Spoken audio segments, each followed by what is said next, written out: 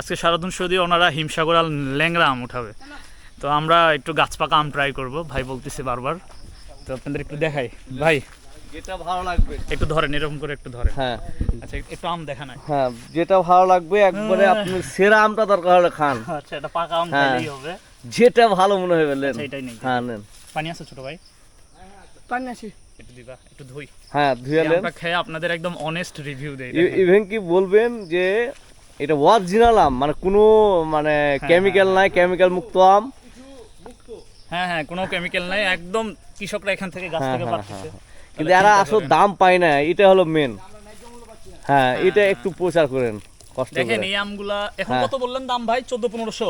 হ্যাঁ যদি 1600 টাকাও দাম পায় তাহলে একটু উপর দিকে ধরেন, যদি 1600 টাকাও দাম পায় তাহলে 40 টাকা কেজি। হ্যাঁ এটা তো হয় না। এটা এই আম, এই সাইজের আম আপনি ঢাকাতে যদি কিনতে যান বা বাংলাদেশের যে কোনো জেলা শহরে 150 টাকা। যেগুলোতে আম পাওয়া যায় না, সেই অঞ্চলে গেলে 100 টাকার উপরে দাম। হ্যাঁ 100%।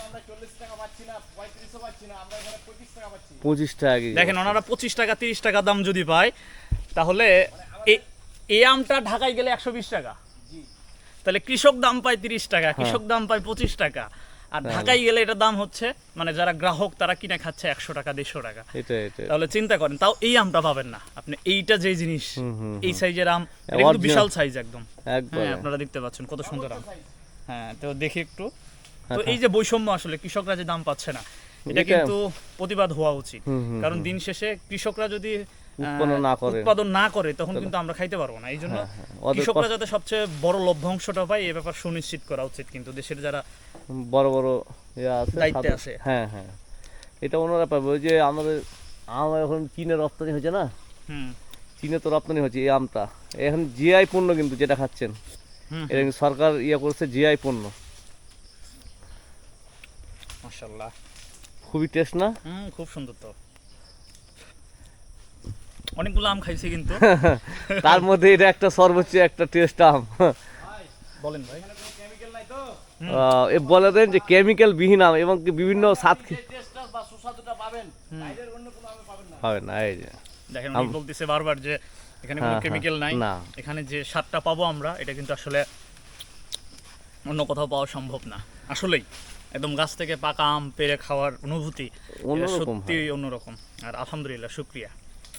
এটা বেশি বেশি প্রচার করে অরিজিনাল আম যেন পাই, ওই যে ডিসক্রিপশন নাম্বার দিয়ে দিবেন।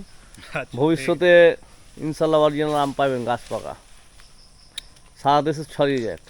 হুম, কি পুরা মজা। মধু।